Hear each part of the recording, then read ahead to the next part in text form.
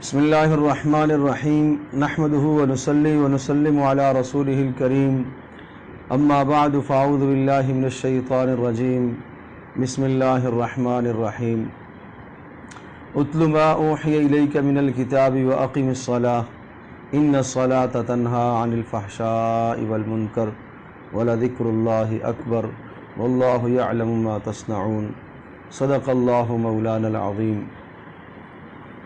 21ویں سپارے کے شروع میں سورۃ العنکبوت کا کچھ حصہ ہے، اور سورۃ العنکبوت کا مضمون اور موضوع یہ تھا کہ اس دنیا میں اہل ایمان پر مصائب آئیں گے، شدائد آئیں گی، اور سخت سے سخت پریشانیوں سے انہیں گزرنا ہوگا، اور یہ مصائب اور یہ مسائل اور پریشانیاں اہل ایمان پر اس لیے آتی ہیں کہ انہیں آزمایا جاتا ہے کہ کون اپنے ایمان میں سچا ہے اور کون اپنے ایمان میں کھوٹا ہے۔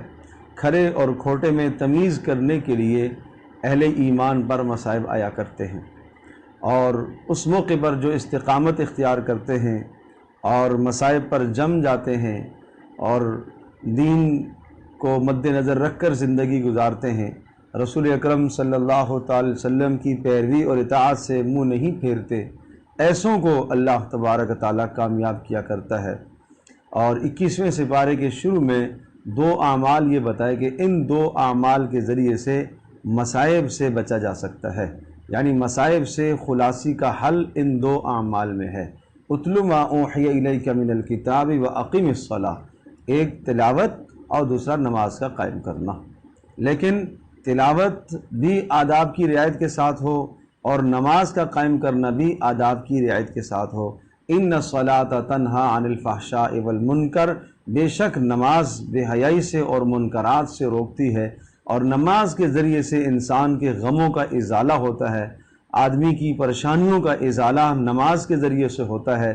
رسول اکرم صلی اللہ تعالی علیہ وسلم کے نزدیک سب سے بڑا عمل مصیبت اور پریشانی کے وقت نماز کا تھا۔ جب بھی کوئی پریشانی آتی، چھوٹی پریشانی، بڑی پریشانی، اور اللہ پاک کی طرف سے کوئی مسئلہ اور کوئی پریشانی، کوئی حادثہ آتا، یا کہیں سے بھی کسی بھی قسم کا حادثہ آتا، چھوٹا حادثہ، بڑا حادثہ، حضرت صلی اللہ تعالی وسلم کا رجوع نماز کی طرف ہوا کرتا تھا۔ لیکن نماز میں بھی یہ ضروری ہے کہ نماز میں حضوری نصیب ہو جائے، نماز وہ نماز ہو کہ شروع سے لے کر آخر تک اللہ کے علاوہ کہیں اور دھیان نہ جائے، اور نماز ایسی ہو کہ جو انسان کی آنکھوں کی ٹھنڈک بن جائے۔ اگر یہ 2 باتیں نماز کے اندر ہیں کہ نماز سے آپ کو راحت مل رہی ہے، اور نماز اس طرح سے کہ شروع سے لے کر آخر تک اللہ کے علاوہ کہیں اور دھیان نہ جائے، یا کم از کم نماز کے اندر اکثر حصہ اللہ پاک کی ذات عالی کے ساتھ حضوری کا نصیب ہو جائے، تو یہ نماز پھر آپ کے مسائل کو حل کرے گی، اور اس نماز کے ذریعے سے اللہ پاک پریشانیوں کو دور کرے گا۔ اور پھر یہ سمجھایا کہ یا عبادی الذین آمنوا ان ارضی واسعہ، کہ اگر کسی بھی جگہ پر آپ کے لیے دین پر عمل کرنا ممکن نہ ہو تو تمہارے لیے یہ عذر نہیں قیامت کے دن قبول ہوگا۔ تم یہ کہو گے کہ وہاں حالات ایسے تھے، اس لیے ہم نے دین پر عمل نہیں کیا، اس لیے ہم نے قرآن کی زندگی کو سامنے نہیں رکھا، اس لیے ہم نبی پاک صلی اللہ علیہ وسلم کی سنتوں پر نہیں چل پائے، یہ عذر قابل قبول نہیں ہوگا، ہجرت کر جاؤ اس جگہ سے۔ اور جب ہجرت کی بات آئی تو خیال آتا ہے کہ انسان ہجرت تو کرے گا، کھائے گا کیسے وہاں؟ اپنا وطن چھوڑ کر، اپنا علاقہ چھوڑ کر، اپنا کاروبار اور اپنا ایک زندگی کا نظام، جو چلتا ہوا نظام چھوڑ کر آدمی دوسرے علاقے میں منتقل ہوگا تو وہاں کیا کھائے گا؟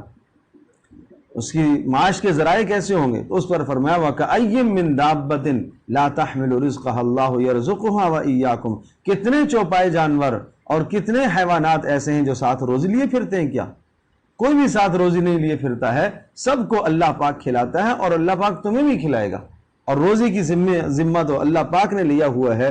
اور باقی یہ ہے کہ اس دنیا کی خاطر آپ اپنے دین کو مت چھوڑ بیٹھیں، اس دنیا کی پریشانیوں کی خاطر آپ اپنے دین کو مت چھوڑیں۔ وَمَا هَذِهِ الْحَيَاةُ الدُّنْيَا إِلَّا لَهْوٌ وَلَعِبٌ وَإِنَّ الدَّارَ الْآخِرَةَ لَهِيَ الْحَيَوَانُ، یہ دنیا تو کھیل تماشا ہے، حقیقی زندگی آخرت کی ہے۔ یہاں کی مصیبت بھی وہ عارضی ہے، اور یہاں کی خوشی بھی عارضی ہے، اور یہاں کی بلندی بھی عارضی ہے، یہاں کا زوال بھی عارضی ہے، حقیقی کامیابی اور حقیقی ناکامی آخرت کی ہے، اس کو سمجھنے کی کوشش کرنی چاہیے۔ اس کے بعد الف لام میم غلبت الروم، سورۃ الروم ہے، 6 رکوعوں پر یہ مشتمل ہے، اور جس میں یہ سمجھایا گیا، اس کا موضوع یہ ہے کہ بالآخر مصائب کے بعد اہل ایمان کو غلبہ اللہ دیتا ہی ہے۔ مصائب اور پریشانیوں سے گزرنے کے بعد جب اہل ایمان مسلسل اللہ کی طرف رجوع کرتے رہیں گے تو اللہ تبارک و تعالیٰ ان کو کافروں پر غالب کرے گا، یہ اللہ کا وعدہ ہے۔ اور اس غلبے پر اللہ پاک نے بہت سارے دلائل ذکر فرمائے کہ جس رب کو اتنی قدرت حاصل ہے وہ یقیناً تمہیں غلبہ دے گا۔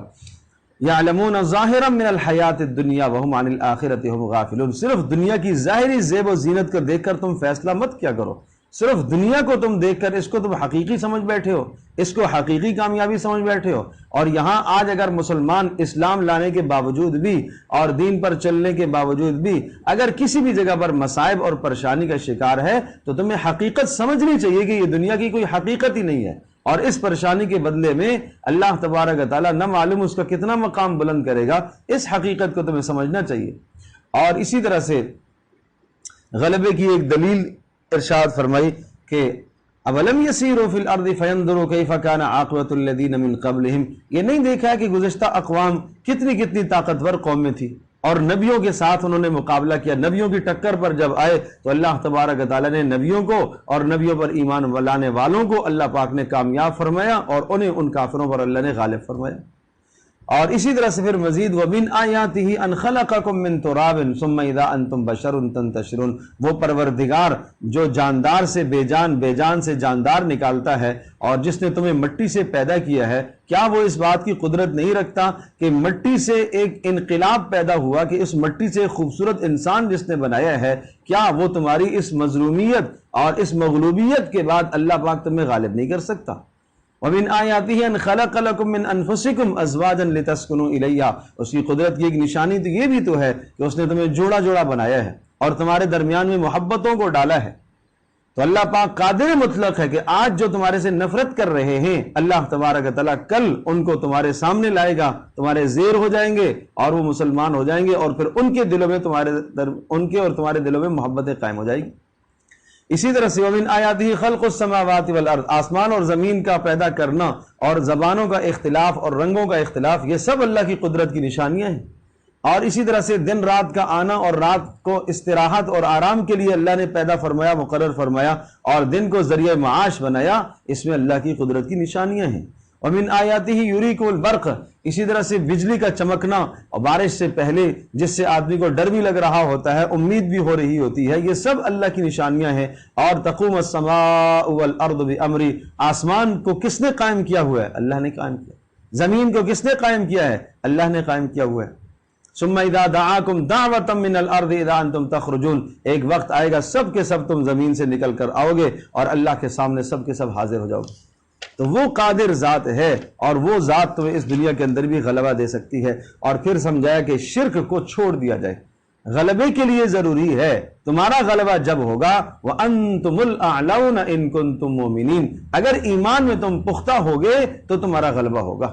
صرف ظاہری مسلمان ہونا، صرف ظاہری ایمان لانا، آمنا کہہ دینا کافی نہیں ہے۔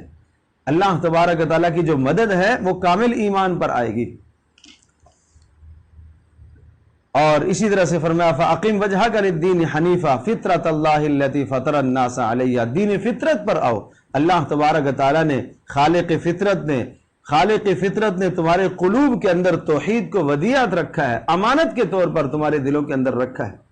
عہد الس میں تم سے یہ عہد لیا گیا تھا کہ کیا میں تمہارا رب نہیں ہوں، اس میں سب نے تم نے اقرار کیا تھا، اس فطرت کو مت بھولو۔ اور اسی فطرت کی تذکیر اور یاد دہانی کے لیے دنیا میں رسول آیا کرتے ہیں۔ اور پھر ساتھ سمجھایا قرابت داریوں کا بھی حق ادا کرتے رہا کرو، اور جو تم مال خرچ کرتے ہو اللہ کی رضا کے لیے اللہ اس میں تمہیں دگنا دے گا۔ اور اگر جو تم مال اس لیے خرچ کرتے ہو تاکہ لوگ ہمیں واپس بڑھا کر دیں تو اللہ کے یہاں یہ مال بڑھنے والا نہیں ہے، اس میں تمہیں خسارہ ہے۔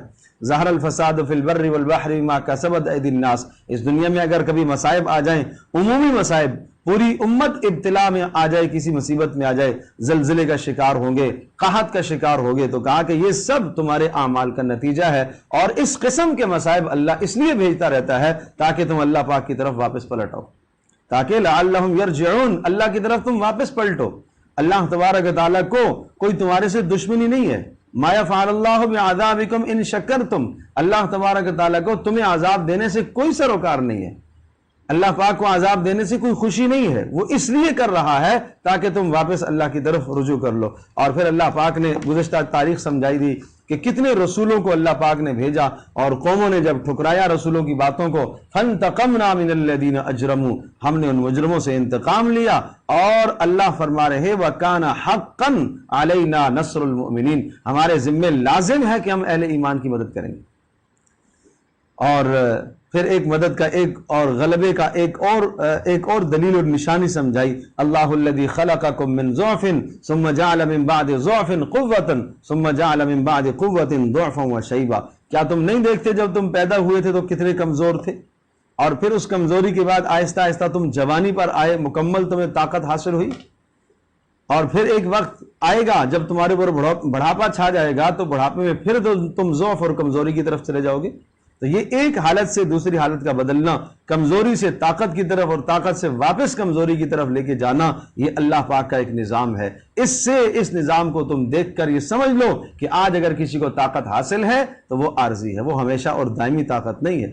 آج جوانی ہے وہ دائمی نہیں ہے، وہ عارضی ہے۔ الف لام میم تلک آیات الکتاب الحکیم۔ اس کے بعد سورہ لقمان ہے۔ سورہ لقمان کامیابی اور ناکامی کے معیار کو متعین کر رہی اور چند کامیابی اور ناکامی کے نمونے سمجھائے۔ کامیابی کس کو کہا جاتا ہے؟ الذین یقیمون الصلاۃ، اقامت صلاۃ پر کامیابی ہے، ایتاء زکوٰۃ پر کامیابی ہے، آخرت کے یقین پر کامیابی ہے۔ اولئک علی ھدی من ربہم، جن لوگوں میں یہ تین صفات پائی جائیں گی یہ ہدایت پر ہیں، واولئک ھم المفلحون، یہ ہیں حقیقت میں کامیاب۔ مال کے آنے پر کامیابی نہیں، دنیا کی چیزوں کے ملنے پر کامیابی نہیں، دنیا کی لذتوں کا نصیب ہو جانا یہ کوئی کامیابی نہیں ہے۔ اور پھر موسیقی کی حرمت پر آیت ذکر فرمائی، وَمِنَ النَّاسِ مَن يَشْتَرِي لَهْوَ الْحَدِيثِ لِيُضِلَّ عَن سَبِيلِ اللَّهِ، جو کھیل تماشا خریدتے ہیں دنیا کے اندر، اور کیوں خریدتے ہیں؟ تاکہ لوگوں کو اللہ کے راستے سے بہکائیں اور ورغلائیں۔ فرمایا وَيَتَّخِذَهَا هُزُوًا، اللہ کی آیات کو، اللہ کی نشانیوں کا استہزاء کرتے ہیں، ان کے لیے دردناک عذاب کی اطلاع ہے، دردناک عذاب ہے۔ سرداران مکہ میں سے ایک شخص نے ایک باندی خرید کر رکھی تھی، اور جہاں رسول پاک صلی اللہ علیہ وسلم اپنا کلام سناتے، قرآن مجید سناتے، وہ جا کر اس باندی کو لے جاتا اور کہتا اس کا کلام بھی سن لو، وہ گانا گاتی تھی۔ تو اس پر یہ آیت نازل ہوئی۔ اس تمام صحابہ کا اس بات پر اتفاق ہے اور اجماع ہے کہ یہ آیت حرمت موسیقی پر دلالت کر رہی ہے، موسیقی کے حرام ہونے پر دلالت کر رہی ہے۔ اور پھر اس کے بعد اہل جنت کا تذکرہ فرمایا۔ پھر حضرت لقمان کی نصیحتیں، وَلَقَدْ آتَيْنَا لُقْمَانَ الْحِكْمَةَ أَنِ اشْكُرْ لِلَّهِ، یہ کامیابی کی صفات ہیں، اور یہ کامیاب انسانوں کا کردار ہوا کرتا ہے کہ وہ اپنی نسلوں کی تربیت کیا کرتے ہیں۔ کیا حضرت لقمان نے کیسے تربیت کی، کیا نصیحتیں کی بیٹے کو؟ یا بنی لا تشرک باللہ، شرک اللہ کے ساتھ نہ کرنا، اللہ کے ساتھ کسی کو شریک نہ ٹھہرانا، شریک ٹھہرا کر آدمی کامیاب نہیں ہو سکتا، یہ سراسر ناکامی ہے۔ کسی بھی چیز میں اللہ کے ساتھ شریک کوئی نہ ٹھہرانا، نہ عبادات میں، نہ اعتقادات میں، نہ معاملات میں، کسی بھی چیز میں اللہ کے ساتھ کسی کو شریک مت ٹھہراؤ۔ اللہ ایک ذات ہے، وحدہ لا شریک، ذات کے اعتبار سے بھی یکتا اکیلا، صفات کے اعتبار سے بھی یکتا اور اکیلا ہے۔ جس طرح سے اس کا دیکھنا ایسا کسی کا دیکھنا نہیں، جیسا اس کی قدرت ایسے کسی کی قدرت نہیں، جیسے اس کا سننا ایسا کسی کا سننا نہیں، جیسے اس کی گرفت اور پکڑ اس طرح سے کسی اور کی پکڑ نہیں۔ یہ عقیدہ رکھنا ہے، جیسے اللہ پر بھروسہ ہونا چاہیے یہ بھروسہ کسی اور پر نہیں ہونا چاہیے، ورنہ یہ سب باتیں شرک کے زمرے میں آتی ہیں۔ اور یا بنی انہا ان تک مثقال حبۃ من خردل، اگر تمہاری ایک ذرہ برابر بھی نیکی اگر کسی پہاڑ کے اندر چھپی ہوئی، کسی چٹان میں ہوئی، یا آسمان میں یا زمین میں، اللہ تبارک و تعالیٰ قیامت کے دن تیری اس نیکی کو ظاہر کرے گا۔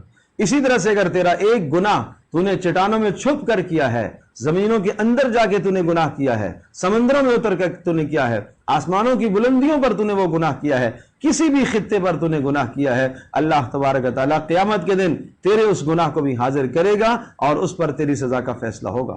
یا بنی اقم الصلاۃ، اے بیٹا نماز قائم کرتے رہنا۔ یہ حضرت لقمان تربیت فرما رہے ہیں۔ ایک باپ کی ذمہ داری ہے کہ اپنی اولادوں کی نمازوں کی فکر کرے۔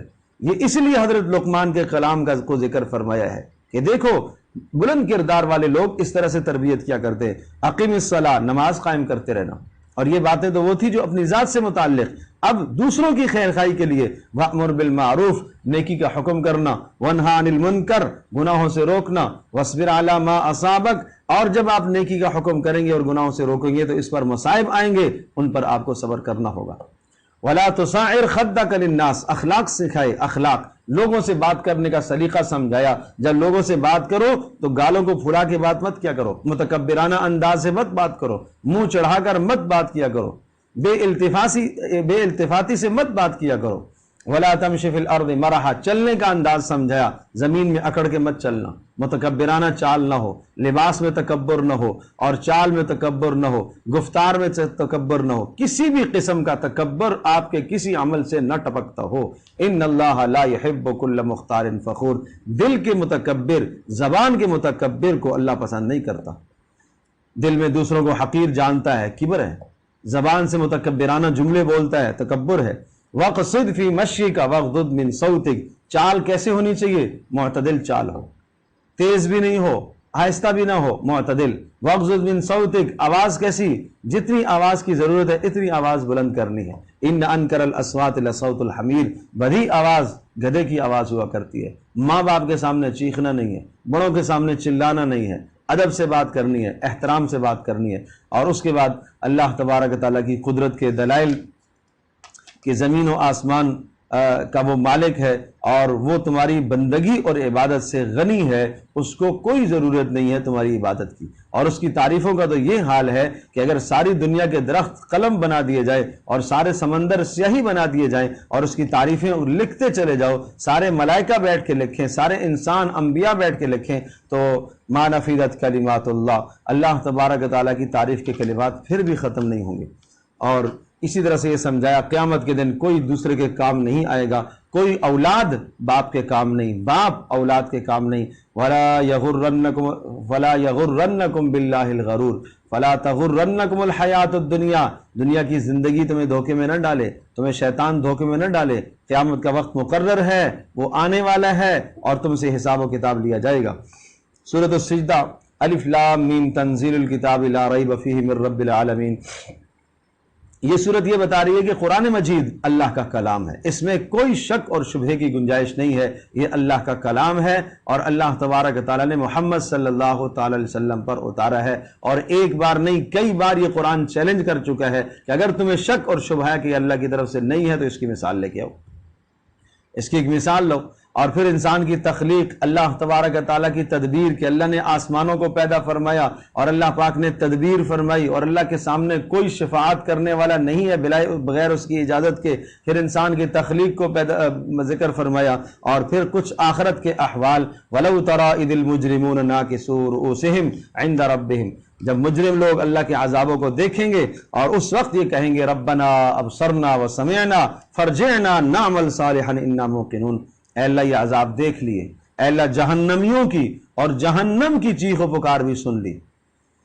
شہیقاً جہنم کی چیخ و پکار، تکاد تمیز من الغیظ پھٹ رہی ہوگی غصے سے، تو اس کی چیخ و پکار ہوگی. جہنمیوں کی چیخ و پکار جب وہ سن لیں گے وہ کہیں گے فرجعنا نعمل صالحا، اے اللہ دنیا میں واپس لوٹا دے، ہم نیک اعمال کر کے آتے ہیں، ہم نیک اعمال کر کے آتے ہیں. لیکن اب مہلت کا وقت نہیں ہے، اب آخرت وہ دار الجزا ہے، وہ دار الحساب ہے.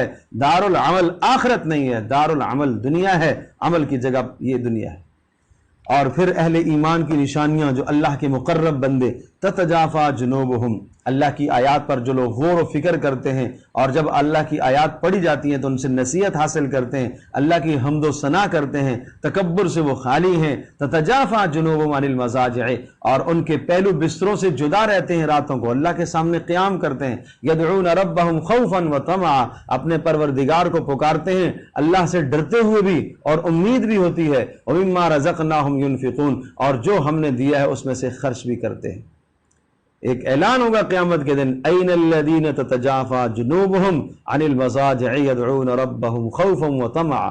کہاں ہیں وہ لوگ جن کے پہلو راتوں کو بستروں سے جدا رہا کرتے تھے، جو لذتیں نہیں اڑاتے تھے، جو اپنا وقت قیمتی بناتے تھے، جو راتوں کو مصلوں پر جائے نمازوں پر کھڑے ہو کر اپنے پروردگار کو راضی کرتے تھے، کبھی رکوع میں، کبھی سجدے میں، کبھی قیام میں، کبھی دعا میں اللہ کے سامنے ہاتھ پھیلائے ہوئے ہوتے تھے، کہاں ہیں وہ لوگ؟ بہت قلیل مجمع اٹھے گا اور ان کو کہا جائے گا تم جنت میں چلے جاؤ، باقیوں کا حساب کتاب بعد میں شروع۔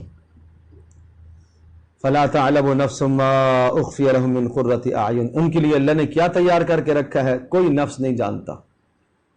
آپ نے ارشاد فرمایا، اللہ کا ارشاد ہے اعددت لعبادی الصالحین ما لا عین رأت ولا اذن سمعت ولا خطر علی قلب بشر، میں نے اپنے بندوں کے لیے وہ تیار کر کے رکھا ہے، اللہ کہہ رہا ہے، ما لا عین رأت، جو کسی آنکھ نے نہیں دیکھا، ولا اذن سمعت، کسی کان نے نہیں سنا، ولا خطر علی قلب بشر، کسی انسان کے دل میں اس کا خیال ہی نہیں آیا۔ نہیں معلوم تمہیں جنت میں کیا کیا نعمتیں اللہ پاک نے تیار کر کے رکھی ہیں۔ یہ تھوڑا سا دنیا سے گزر جاؤ، ان مصائب سے، ان شدائد اور پریشانیوں سے ایمان کی استقامت کے ساتھ یہاں سے گزر جاؤ، اور اللہ تبارک و تعالیٰ نے بہت کچھ آگے تیار کر کے رکھا ہے۔ اور پھر فرمایا وَلَنُذِيقَنَّهُم مِّنَ الْعَذَابِ الْأَدْنَىٰ، بار بار تسلیت دی جا رہی ہیں کہ اس دنیا میں جو تمہیں شدائد اور مصائب اور پریشانیاں آئی ہیں وہ کیوں آتی ہیں؟ ہم تمہیں تمہارے گناہوں کی وجہ سے تھوڑا سا عذاب چکھاتے ہیں، وہ اس لیے چکھاتے ہیں تاکہ اس عذاب کی اور اس تکلیف اور اس پریشانی کی وجہ سے آپ کے گناہ دھل جائیں۔ اللہ مہربان ہے، اللہ چاہتا ہے کہ جب آپ اللہ کے پاس پہنچے تو آپ کا کوئی گناہ نہ ہو۔ ایک دن کا بخار 1 سال کے گناہوں کا کفارہ بن جاتا ہے۔ آدمی صبر کرتا ہے تو یہ بیماریاں یہ گناہوں کے کفارے بن جاتے ہیں۔ اور دوسرا فائدہ یہ ہے کہ تاکہ یہ اپنی زندگی کو بدل دے، اس لیے حدیث پاک میں آتا ہے کہ مومن پر جب مصائب اور پریشانیاں آتی ہیں تو ایک تو کام یہ ہوتا ہے کہ صبر کرتا ہے، اس کے گناہ بھی معاف ہو جاتے ہیں۔ نمبر 2، وہ آئندہ کی اپنی زندگی بہتر کر لیتا ہے، پرانی زندگی کو، نافرمانی والی کو چھوڑ دیتا ہے۔ اور منافق پر جب مصائب آتے ہیں نہ وہ صبر کرتا ہے کہ اس کے درجات بلند ہوں اور گناہ معاف ہوں، اور جب مصائب ختم ہوتے ہیں تو اسے شعور بھی نہیں ہوتا کہ مجھے اپنی زندگی کو بدلنا چاہیے، وہ نئی زندگی بدلتا۔ اس کی مثال اس اونٹ کی سی ہے جس کو مالک نے باندھ دیا ہو اور تھوڑی دیر کے بعد اسے چھوڑ دیا ہو، نہیں معلوم اس اونٹ کو کہ مجھے مالک نے کیوں باندھا اور کیوں آزاد کیا۔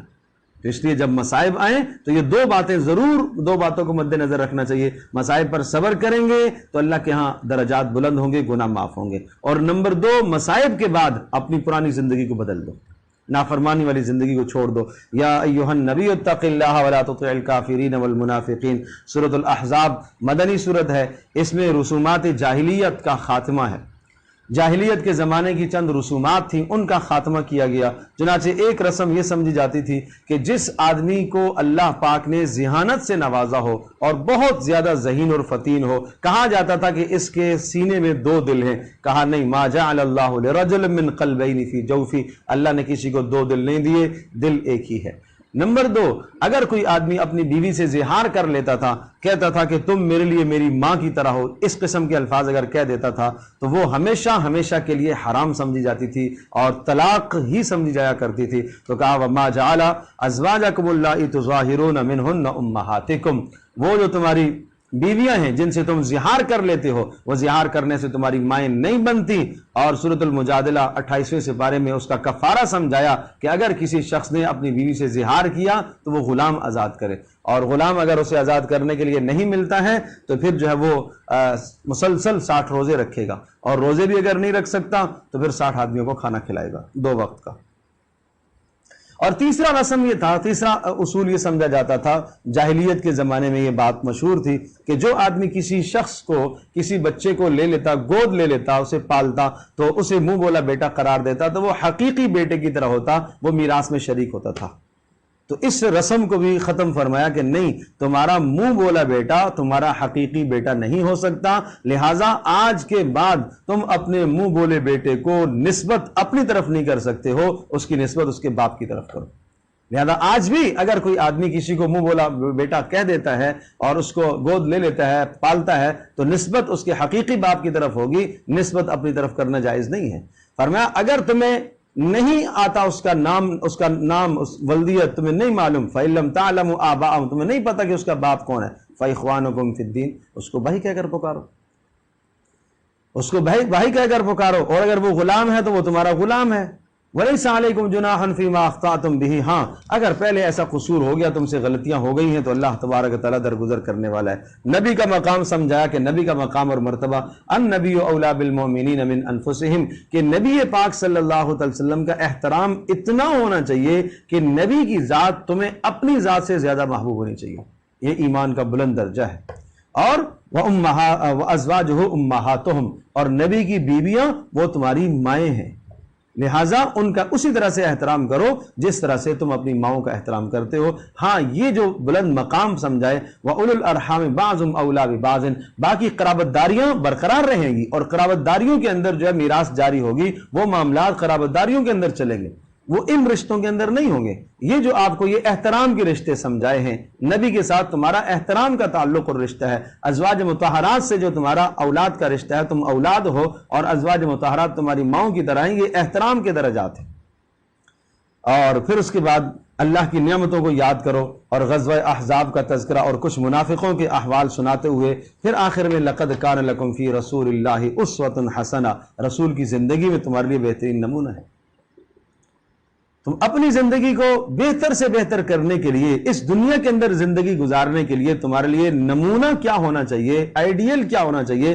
رسول پاک صلی اللہ علیہ وسلم کی زندگی، کہ مجھے کس طرح سے بننا ہے، مجھے نبی کی طرح بننا ہے، مجھے نبی کی طرح کی زندگی اپنانی ہے، مجھے وہی اعمال کرنے ہیں، مجھے وہی اخلاق اپنانے ہیں، مجھے وہی معاشرہ اپنانا ہے، مجھے وہی کردار اپنانا ہے جو پیارے پیغمبر صلی اللہ علیہ وسلم کا تھا۔ تو نبی علیہ السلام کی زندگی کے ہر شعبے میں تمہارے لیے نمونہ ہے۔ تم تجارت کیسے کرو، نبی علیہ السلام کی زندگی موجود ہے۔ آپ اس دیواجی زندگی کیسے گزارو گے، آپ علیہ السلام کی زندگی کو پڑھو۔ آپ علیہ السلام نے قرابت داریوں کا کیسے خیال رکھا، نبی کی زندگی تمہارے لیے نمونہ ہے۔ آپ علیہ السلام نے دشمنوں کے ساتھ کیا برتاؤ فرمایا، نبی کی زندگی تمہارے لیے نمونہ ہے۔ آپ کو جب دنیا کے اندر کوئی حیثیت اور منصب حاصل ہو جائے اس موقع پر تمہیں کیا کرنا ہے، نبی کی زندگی تمہارے لیے نمونہ ہے۔ مصائب آ جائیں تو مصائب سے کیسے نمٹنا ہے، کیسے گزرنا ہے، نبی پاک صلی اللہ علیہ وسلم کی زندگی تمہارے لیے نمونہ ہے۔ حالت جنگ آ جائے، جنگ میں تمہیں کیا کرنا ہے، وہ نبی علیہ السلام کی زندگی تمہارے لیے نمونہ ہے۔ ایسا نہیں ہے کہ ہم محبت میں اور ہم نفرت میں آزاد ہیں، ہم جس طرح سے چاہیں نفرت کریں، ہم جس طرح سے چاہیں محبت کریں، جو ہمارا جی چاہے، اندر سے اٹھنے والا جو بھی جذبہ ہو اس کے مطابق ہم عمل کریں، نہیں، تمہیں پابند کیا گیا ہے کہ تمہارے سامنے رسول پاک صلی اللہ علیہ وسلم کی زندگی موجود ہے، اور تمہارا کوئی بھی عمل زندگی کا نبی علیہ السلام کی سیرت سے ہٹ کر نہیں ہونا چاہیے۔ یہ بڑے بلند حوصلے کی بات ہے۔ لمن کان یرجو اللہ والیوم الآخر، یہ ہر وہ شخص کر سکتا ہے جس کو اللہ سے ملنے کی امید ہو، جسے اللہ تعالی سے ملنے کا شوق ہو اور آخرت پر اس کا ایمان ہو اور اللہ کا ذکر کثرت سے کرتا ہے، یہ وہی حاصل کر سکتا ہے۔ اور اس کے بعد جو ہے غزوہ احزاب کے مزید کچھ مسائل ذکر کرتے ہوئے پھر آخر میں یا ایھا النبی قل لازواجک ان کنتن تردن الحیات الدنیا، وہ احکام ہیں جو ازواج مطہرات سے خاص ہیں۔ رسول پاک صلی اللہ علیہ وسلم سے ازواج مطہرات نے نفقے کے اندر اضافے کا مطالبہ کیا، اور حضرت صلی اللہ علیہ وسلم کو یہ بات ناگوار گزری۔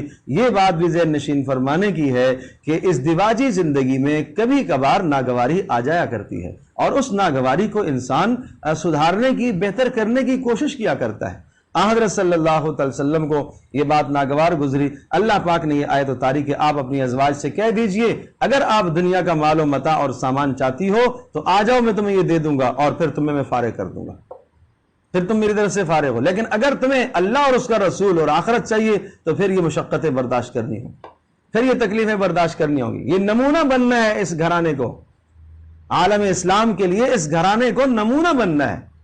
تو اللہ کے نبی چاہتے تو اپنے گھر کے اندر سونے چاندیوں کے ڈھیر لگا سکتے تھے۔ اللہ نے کہا تھا چاہو گے تو مکہ کے پہاڑوں کو سونا بنا دوں گا۔ آپ علیہ السلام چاہتے تو یہ سب کچھ لے سکتے تھے، لیکن آپ علیہ السلام نے تنگ دستی والی زندگی کو، فقر والی زندگی کو اختیار فرمایا تاکہ امت کے لیے ایک نمونہ تو رہے، اور کہا کہ اگر تم اللہ اور اس کے رسول کی زندگی کو چاہتی ہو تو پھر اللہ اور اس کے رسول کی زندگی کے چاہنے والوں کے لیے پھر بہت بڑا اللہ نے اجر تیار کر کے رکھا ہے۔ اور یاد رکھنا اگر تم میں سے کسی نے کسی بھی بے حیائی کا ارتکاب کیا، گناہ کا، چونکہ تمہارے مقام بہت بلند ہے تو تمہیں عذاب دوہرا دیا جائے گا، اور اسی طرح سے اگر تم میں سے کسی نے نیک عمل کیا تو نیک عمل پر بھی آپ کو دوہرا اجر دیا جائے گا۔ اللہ تبارک تعالی ہم سب کے لیے سمجھنا عمل کرنا آسان کرے۔